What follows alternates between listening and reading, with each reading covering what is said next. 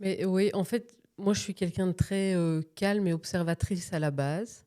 Et ça depuis mon plus jeune âge. Et donc, j'ai toujours été un peu même dans l'analyse de moi-même et dans l'autocritique. Et je suis quelqu'un d'assez ouais, exigeant avec moi-même. Et j'aime bien, c'est pas le perfectionnisme poussé à l'extrême, mais euh, c'est m'analyser et savoir si j'ai fait quelque chose de mal, ben, pourquoi, et essayer de s'améliorer. Et par contre, enfin, c'est pas par contre, mais le corollaire de ça, c'est que j'ai dû apprendre à bien me connaître, à bien savoir. Parfois, je sais pas ce que je veux, mais en tout cas, je sais ce que je veux pas. Et j'ai appris à me connaître au fur et à mesure ben, du temps et aussi à accepter. Ben, on n'est plus pareil, on pense pas pareil à 20 ans qu'à 36 ans. Et donc, j'ai dû apprendre à me connaître parce qu'il y avait des choses qui étaient des failles chez moi. Ben, je suis calme, je suis plutôt réservée. Et, euh, et à l'inverse, j'adore évoluer dans un monde qui est plutôt un monde dur et masculin. Et donc, il fallait trouver un équilibre là-dedans et aussi pour continuer à faire ce que j'aimais bien, c'est-à-dire m'intéresser à tout. En tout cas, j'ai très vite vu que m'intéresser à une seule chose, ça va une semaine et après, je m'ennuie, je procrastine, je fais plus rien et je ne suis plus... je suis pas dans ma zone de génie. Et donc, le but, c'est pas de devenir experte en tout, c'est de comment trouver les clés pour continuer à être moi-même en nourrissant ce côté multipotentiel qui est plutôt, je vais plutôt dire multicuriosité. C'est plutôt ça. Et, euh, et oui, je crois qu'il faut apprendre à être soi-même et il faut apprendre à se connaître parce que sinon, ça devient vite un handicap et invivable. Tu vois, Il est un peu à contre-courant et j'ai accepté d'être à contre-courant parce que me mettre dans un moule, voilà, ça fonctionne un temps et après, ben, je le vis mal. Je peux commencer une dépression ou faire, voilà, faire des choses qui ne me ressemblent plus. Et donc, ben, il a fallu que je me dise, ben, en fait, tu es comme ça, tu fonctionnes de cette manière-là et c'est OK. mais comment tu as réussi à t'accepter? C'est puissant ça. Et en plus, je vois, enfin, on en parlera tout à l'heure, mais dans ton métier, c'est exactement ce qu'il faut. Ben, je suis née, enfin, je sais pas si je suis née avec, mais en tout cas, j'ai une bonne confiance en moi et en mes capacités. Je sais ce que je sais faire et ce que je sais pas faire. Je connais très vite mes limites et, euh, et en fait, c'est devenu une obligation de me connaître moi-même. Parce que sinon, ben, oui, je le vis mal en fait. Si je commence à faire des actions qui sont pas les miennes, ben, très vite, je suis pas alignée avec moi-même. Il n'y a pas de sens. Moi, j'ai besoin de trouver du sens dans ce que je fais.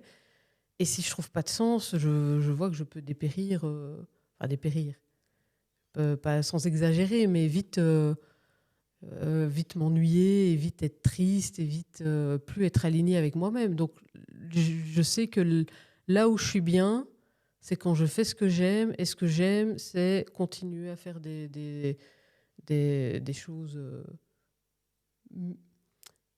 oui, on va dire multipotentielles, mais euh, Et tu parlais de sens, c'est super intéressant. Est-ce que pour toi, finalement, travailler avec les institutions, que ce soit médicales, enfin dans le domaine hospitalier, médical ou les autres institutions, ça a plus de sens pour toi que simplement faire des habitations ou rien à voir?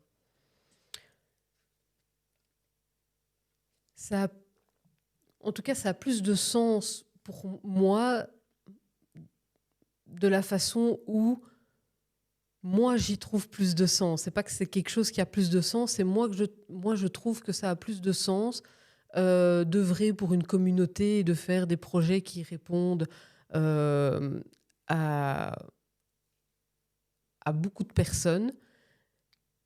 Après, je fais aussi du résidentiel et je fais aussi des petits projets qui répondent juste à une famille. Mais en tout cas, ne faire que ça, moi, je n'y trouvais pas mon compte. Et c'est parce que tu touches plus de gens finalement avec les institutions où tu sais que tu vas être utile à plus de gens? Tu sens vraiment que tu as, effectivement, que tu as une utilité, que tu apportes du sens aussi aux gens, à leurs projets et, euh, et la complexité. Et j'aime quand les choses sont un peu complexes et challengeantes.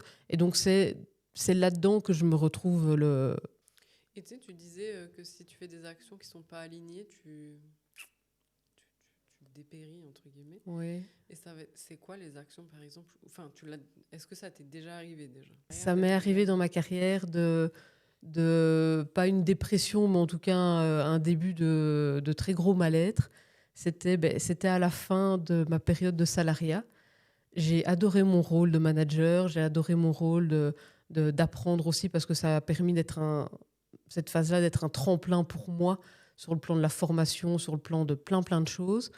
Mais il y a eu un moment où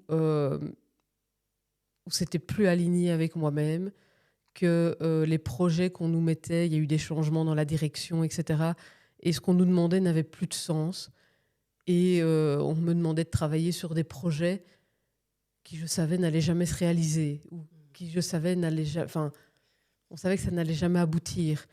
Et donc, moi, en tant qu'expert, je dis, pour moi, ça ne tient pas la route. Non, mais on le fait quand même. Et ça, moi, j'y arrive pas. J'y arrive pas. C'est pas possible pour moi. Là-dessus, je fonctionne mal. Donc voilà, il y avait plus de sens. En plus, enfin voilà, ils allaient bouger l'équipe et j'allais devoir faire 3 heures de route par jour. J'étais enceinte de ma deuxième fille.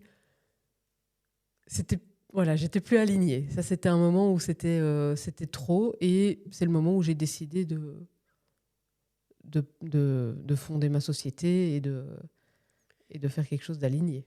Créer ma société en tant que multipotentiel, ça, c'est pas facile. Ça n'a pas été facile. Il faut que je me canalise. Mais je suis quelqu'un qui aime travailler. Donc, c'est pas un problème pour moi de me mettre en action. Ce qu'il y a, c'est que parfois, je pense commencer ma journée d'une manière et elle se déroule pas souvent de la manière dont je l'ai prévue. Mais c'est OK.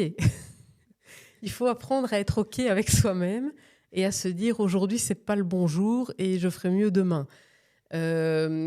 Mais non, pour moi, c'était dans la suite logique des choses parce que quand j'étais salariée, j'ai toujours continué à avoir des projets sur le côté. Donc, j'ai toujours gardé mon statut qu'on appelle statut indépendant.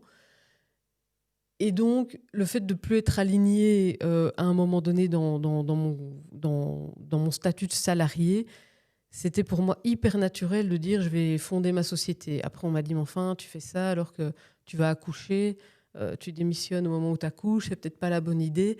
Mais si, pour moi, il fallait. Mais tu fais comment ça? Parce que de l'extérieur, ça a l'air fou. Ça a l'air fou, mais il fallait que je le fasse pour moi. Moi, c'était ma manière. Il fallait que je le fasse, sinon ça n'aurait pas pu continuer.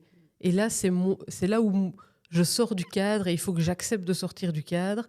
C'est que tout le monde me dit que ça ne va pas aller. Mais moi, c'est comme ça où ça n'ira pas pour moi. Et donc, je l'ai fait. Je suis allée en réunion avec mon bébé. J'ai fait... Ouais, mon bébé, elle avait 2 semaines. Elle venait en réunion avec moi. Parce que j'ai réussi à démarrer ma société en ayant déjà des contrats. Donc, j'avais déjà signé des gros dossiers il fallait y aller. Donc, j'ai pris 15 jours de congé de maternité. Et oui, il y a 15 jours, elle venait en réunion avec moi. Et c'est comme ça. Réunion de codir, là, j'essayais quand même de m'organiser pour qu'elle soit tout près. Mais en plus, j'allaitais. Donc, voilà. Donc, c'était ça, plus ça, plus ça. Mais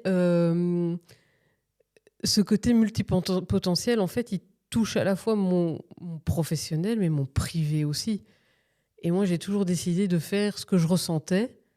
Peu importe si je devais après cumuler les choses, je le fais comme je le sens et on avise au fur et à mesure.